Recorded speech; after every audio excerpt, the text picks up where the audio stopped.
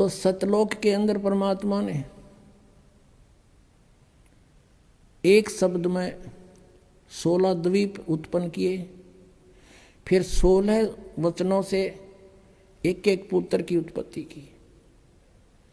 उसके बाद परमात्मा ने उन 16 पुत्रों में से जिसका नाम अचिंत था उससे कहा कि अचिंत अब तू सृष्टि रच।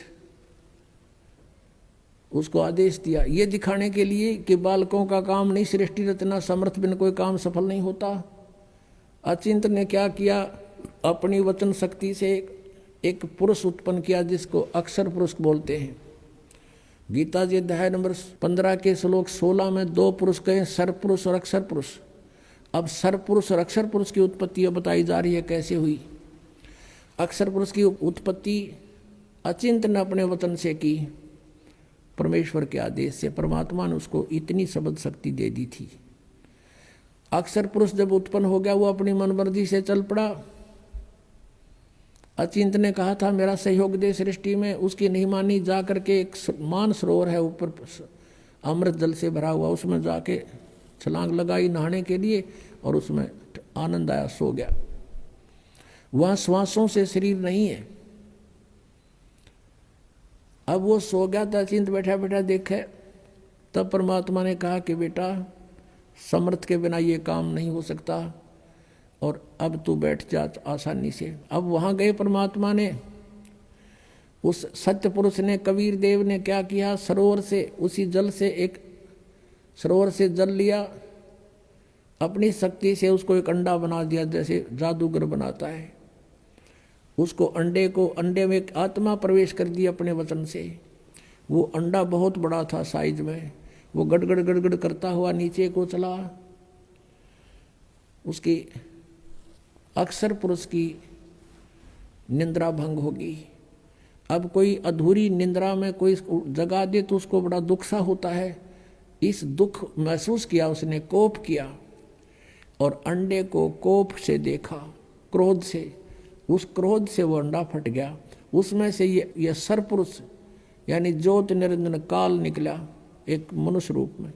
इन दोनों से कहा कि अक्षर पुरुष तुम निंद्रा में थे, आकाशवाणी की परमात्मा ने बाहर से, और तुम बाहर आओ, तुझे जगाने के लिए सब लीला की गई है, तू बाहर आओ। दोनों जने वो दोनों बाहर आ गए और उनसे कहा कि तुम अचिंत के द्वीप में रहो, तीनों एक द्वीप में।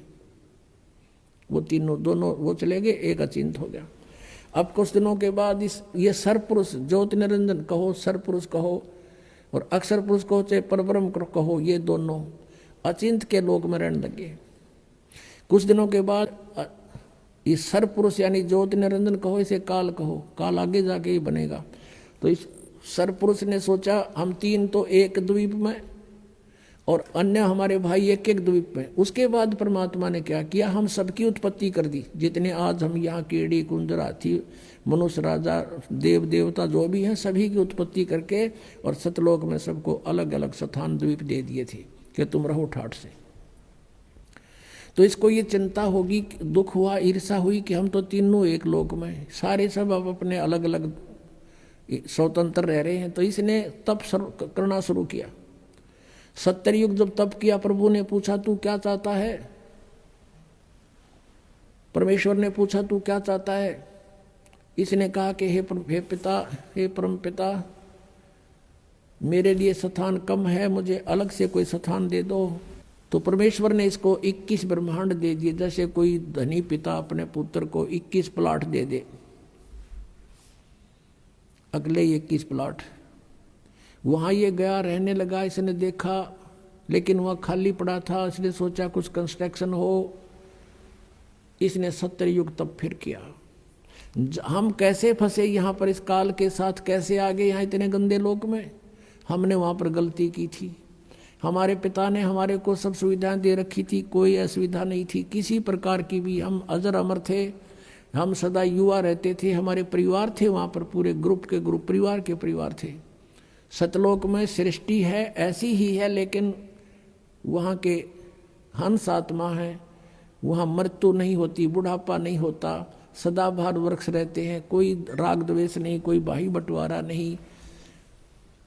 और ये राधा स्वामी वाले जितने भी है सब कहते हैं सतलोक में तो प्रकाश ही प्रकाश है, वहाँ आत्मा परमात्मा में ऐसे मिल जाती है जैसे बूंद समुद्र में। अरे कोई डूब का मरना, वहाँ पर ढूंढ रहे हैं भगवान को, परमात्मा को तलाश करें, उसके दर्शन करेंगे, बैठेंगे, बतलावाएंगे, अपना दुख रोवाएंगे, हैं देख देख कर खुश होवाएंगे। इनको भगवान निराकार है, प्रकाश ही प्रकाश है, और आत्मा उसमें ऐसे मिल जाती है जैसे बूंद समुद्र में। ये तो एक डूब का मरने वाली बात होगी, है किसी में मत चलो, कहेंगे चलो समुद्र में डूब मरो भगवान मिलेगा, लो अभी ना जाओ। तो ये मूर्ख बना रखे हमने, उन्हें पता है ना सतलोक का बेरा, इन जाने वालों ने पता है उड़ा जाना उड़ा कुछ है को नहीं है। तो बात बात वो बनाओ सुन लेते हैं श्रद्धालु। तो वहाँ पर सृष्टि है, एज इट इज है, भगवान मनुष्य दृश्य है, उसके रोम एक रोमकूप में करोड़ सूर्य मिला दे, करोड़ चंद्रमा, इतनी रोशनी उस मालिक के वहाँ के रूप में। वहाँ से वो हल्के तेज पुंज का रूप बनाकर सरल करके यहाँ आता है। वेद भी बता रहे हैं, और ये 600 साल पहले परमात्मा ने अपनी महिमा आप बता रखी है कबीर वाणी में। तो वहाँ से वो परमात्मा ने आके खुद बता। तो हम अपने भगवान को छोड़ के, जिसने हमारे को सारा सुख दे रखा था, हम इस पर आसक्त हो गए। यूँ खड़ा होगा तब कर रहा था, और यूँ देखो देखो हो इतने वर्ष खड़ा रहा, हो बड़ा कमाल कर दिया। अब हमारे ये बीमारी वहाँ से लगी थी बुराई। जैसे अब है एक हीरो या हीरोइन, अभिनेता अभिनेत्री, अपने पेट के लिए नाचा कूदी उछलम कूदम मेकअप करते, और हम उन पर आसक्त होते हैं। यहाँ एक बरुवाला में या हिसार में कोई एक्टर आ जा, नेता अभिनेता आ जाए, और देखे नौजवान लड़के और लड़कियों की उड़ा लाइन लग जाएगी, हजारों की संख्या में इकट्ठे हो जाएंगे, और दूर तो देखेंगे वो खड़ा वो खड़ी, सारे दिन धक्के खा के नो के नो आ जाएंगे। बताओ वो खड़े तर वो खड़ी, तो उन्हें क्या मिल गया? वो अपने पेट के लिए भटक रहे हैं, और हम उनको देख आसक्त हो रहे हैं, और कहते हैं मेरा फेवरेट वो है ये हीरो, फेवरेट। इन फेवरेट ने मार दिया हम, यू हमारा फेवरेट हीरो हो गया वहाँ पर सतलोक में। और परमात्मा ने आकाशवाणी की कि बच्चों तुम इसने ना देखो, मस्त रहो, भक्ति करो, चैन से रहो, इसका कर्म ठीक नहीं है। ये परमात्मा ने इसको भी मना किया था, पर इसने ये माना नहीं। और हमें भी मना किया था कि इसकी तरफ ना ध्यान दो, तुम मस्त रहो, लेकिन हम ऊपर से तो सावधान हो गए, पर अंदर से कसक नहीं गई, इसके प्रति कति फिट हो गया, आकर्षित हो गए, अंदर से कसक बन गई जबरदस्त। वो तो अंतर्यामी सारी जानते हैं। जब इसने दूसरी बार तप किया तब पूछा भी क्या मांगता है तू? 70 युग तप किया। तब इसने कहा प्रभु मुझे कुछ कंस्ट्रक्शन सामग्री दे दो ताकि मैं कुछ रचना रचूं। परमात्मा ने 5 तत्व और 3 गुण दे दिए कि ले बेटा खेल खिलौनों से। इसने सोचा भी ये भी बना लूंगा, लेकिन जीव नहीं है तो मैं करूंगा क्या, मुझे आत्मा भी चाहिए कि लेगा दिल नहीं लगे। तब इसने 64 युग तब फिर किया। तब प्रभु ने पूछा क्या मांगता है, बोल। तूने जो मांगा मैंने सब दे दिया। तब इसने कहा कि मुझे कुछ जीव दे दो, आत्मा दे दो प्रभु। अब परमेश्वर ने कहा कि भाई ये आत्मा नहीं दे सकता तुझे किसी भी सूरत में। हाँ तुझे और प्लाट चाहिए और दे दूंगा, ब्रह्मांड 5, 7, 10 चाहिए, ये नहीं दे सकता, क्योंकि ये मेरी आत्मा है, मेरे वचन से उत्पन्न हुई है, मेरी हृदय है, ये मेरी आत्मा है, ये नहीं दे सकता तुझे। लेकिन एक शर्त है, यदि कोई स्वयं तेरी स्वेच्छा से जाना चाहता है तो जा सकता है, जा पूछ ले। तो हमारे पास आया, जितने हम यहाँ फंसे हुए हैं, हमसे पूछा क्या मेरे साथ तुम चलोगे? अलग से मैंने तप करके अलग से राज्य प्राप्त किया है, वहाँ ऐसे रहेंगे, ऐसे देव बनाऊंगा, महादेव बनाऊंगा, हैं दूधों की नदी बहाऊंगा। अब वहाँ कोई कमी थी हमने, लेकिन बुद्धि भ्रष्ट होगी। हम बोले ठीक है, पिताजी आज्ञा दे देंगे तो हम चल पड़ेंगे।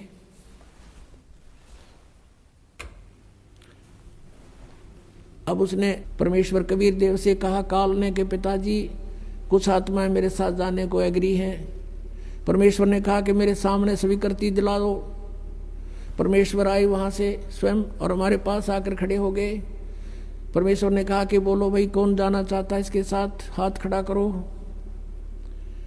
अब परमात्मा ने पहले तो हमें मना किया था कि इस पर आसक्त मत हो, हम शर्मिंदे हो गए, नीचे को मुंह कर लिया, कोई नहीं बोला, सन्नाटा छा गया। तब परमेश्वर ने कहा कह रहे तो आप तो कह रहे, तू तो कह रहा था ये बहुत कुछ मेरे साथ जाने वाले हैं, ये तो कोई बोलता ही नहीं, झूठ बोलता था तू। इतने में एक आत्मा ने सोचा कहीं बात ना बिगड़ जाए, हिम्मत सी करके खड़ा हो गया। खड़ा होकर कहा कि प्रभु मैं जाना चाहता हूं इसके साथ। अब पीछे फिर हमने सोचे कि ये कलाई लूट जा लूट, फिर तो हम देखा जैसे बच्चे स्कूल में एक हाथ खड़ा कर ले, सारे कर लिया अगर नो नो नो, तो हम सब खड़े हो गए और दोनों हाथ कर दिए, हम भी जाना चाहते, हम भी जाना चाहते। परमेश्वर ने कहा भाई ठीक है, मैंने इनके नंबर नोट कर लिए इन आत्माओं के, किस किस ने स्वीकृति दी है, और आप अपने लोक में जा। इनको मैं विधि से भेजूंगा, एज इट इज नहीं भेज सकता। तो क्या किया परमात्मा ने, हमें बीज रूप बनाया सूक्ष्म, और जिसने सबसे पहले काल के साथ आने की स्वीकृति दी थी उसको एक लड़की का रूप बना दिया, युवा लड़की, युवती, खूबसूरत लड़की बना दिया, जो आगे चल के दुर्गा कल आई। और उसके अंदर हम सब आत्माओं को फीड कर दिया अपने वचन से, और उससे कहा कि बेटी मैंने तुझे सब शक्ति दे दी है, परमेश्वर कबीर देव जी ने कहा। और जितने जीव ये ब्रह्म कहे, सरपुरुष कहे, उतने तो उत्पन्न कर देना, तेरे वचन में शक्ति दे दी, तू वचन से भी उत्पन्न कर सकती है। अपने पुत्र सहजदास से कहा कि पुत्र जा अपनी बहन को ज्योत निरंजन के पास छोड़ के आ, सरपुरुष के पास। उसके ब्रह्मांड, ये सभी ब्रह्मांड वहीं थे सतलोक के अंदर। ये वहां खड़ा था, सहजदास उस लड़की को लेकर गया, प्रकृति को, दुर्गा को, और वहां जाकर कहा कि ले पिताजी का आदेश है, ज्योत निरंजन जितनी भी आत्माओं ने तेरे साथ आने की स्वीकृति दी थी उन सबको इसके अंदर फीड कर दिया, भगवान ने भर दिया, और इसको वचन शक्ति दे दी है, जितने जीव तू कहेगा ये वचन से बना दिया करेगी। और ऐसा कहकर सहजदास वापस आ गया। अब ज्योत निरंजन ने देखा, इस ब्रह्म ने, सरपुरुष ने, युवा लड़की, अपनी आत्माओं, ये यहाँ बलात्कार और ये बकवादें जो हैं ये हमारे अंदर, इस मन वहीं से घर कर गई थी इस काल में, ये मन रूप में सबके अंदर विद्यमान हो गया, इसने ऐसा एलिमेंट छोड़ दिया हमारे अंदर, इसके अंदर ये दोष आ गया। एकांत में अकेली युवती को देखकर इसने उसके साथ जुल्म करना चाहा, लड़की भी भांप गई इसके इरादे को, और कहा कि ज्योति निरंजन बात सुन, तू मेरा बड़ा भाई, तू मेरे से पहले उत्पन्न हुआ, अंडे से परमात्मा का ही उत्पन्न किया हुआ है, और उसी से मेरा जन्म हुआ। तू मेरा बड़ा भाई, मैं तेरी छोटी बहन, बहन भाई का यो क्रम अच्छा नहीं होता, तू जुल्म ना करे। पिताजी ने मुझे शब्द शक्ति दे रखी है, वचन शक्ति, जितने जीव कहेगा मैं बना दूंगी। इसने एक नहीं सुनी, हद से आगे बढ़ गया। लड़की ने अपनी इज्जत सुरक्षा के लिए कुछ ना पाया तो उसने छोटा रूप बनाया, और इसने बकवाद के लिए मुंह खोल रखा था, मुंह के माध्यम से पेट में चली गई। वहां से परमेश्वर कबीर देव अपने पिता से पुकार की, भगवान मेरी रक्षा करो। परमात्मा ने कहा जोगजीत, सहजदास जाओ उसके पास, और परमेश्वर स्वयं आए अपने पुत्र का रूप बना के, और कहा ज्योति निरंजन तूने जुल्म कर दिया, ऐसे पवित्र लोक में जो ऐसी गलती करता उसको ये सजा है कि तू आज से काल कहागा, 1 लाख मानव शरीरधारी प्राणियों को नित खाया करेगा, 1.25 लाख उत्पन्न करेगा, आज से तेरा नाम काल होगा। लड़की को, दुर्गा को उसके पेट से निकाल दिया, और उन दोनों को 21 ब्रह्मांड समेत सतलोक से निष्कासित कर दिया।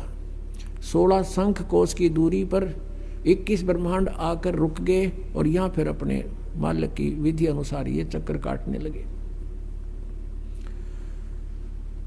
अब काल ने फिर सोचा कि अब मेरा कौन के बिगाड़ेगा, जो इन्होंने सजा देनी थी मुझे दे दी। दुर्गा के साथ फिर दुर्व्यवहार शुरू किया। इसने फिर प्रार्थना की कि ज्योति निरंजन, पहले तो तू मेरा बड़ा भाई, मैं तेरी छोटी बहन, दूसरे मैं तेरे पेट से बाहर आई हूँ, तेरी बेटी होगी। यानी इसने अपनी इज्जत बचाने के लिए सब कुछ कह दिया, पर इसका कोई असर नहीं हुआ। परमात्मा ने देखना था कि ये कितना बकवाद कर सकता है, और लड़की को प्रजनन इंद्री भी अपनी तरफ से नहीं लगाई थी। इसने अपनी सिद्धि शक्ति से नाखूनों से प्रजनन इंद्री बनाई और दुर्गा के साथ विलास किया। 3 पुत्रों की उत्पत्ति की। बड़े का नाम ब्रह्मा, दूसरे का विष्णु, तीसरे का शिव हुआ। अब मैं तुमसे कहूँ चिताई, त्रिदेवन की उत्पत्ति भाई। ज्ञानी सुने सो हृदय लगाई, मूर्ख सुने तो गम ना पाई। माष्टंगी पिता निरंजन, ये जमदारुण वंशन अंजन। पहले कीन निरंजन राई, पीछे से माया उपजाई। माया रूप देख अति शोभा, देव निरंजन तन मन लोभा। निरंजन कीने भोग विलासा, माया को रही तब आशा। 3 पुत्र अष्टंगी जाए, ब्रह्मा विष्णु शिव नाम धराए। 3 देव विस्तार चलावे, इनमें यो जग धोखा खावे।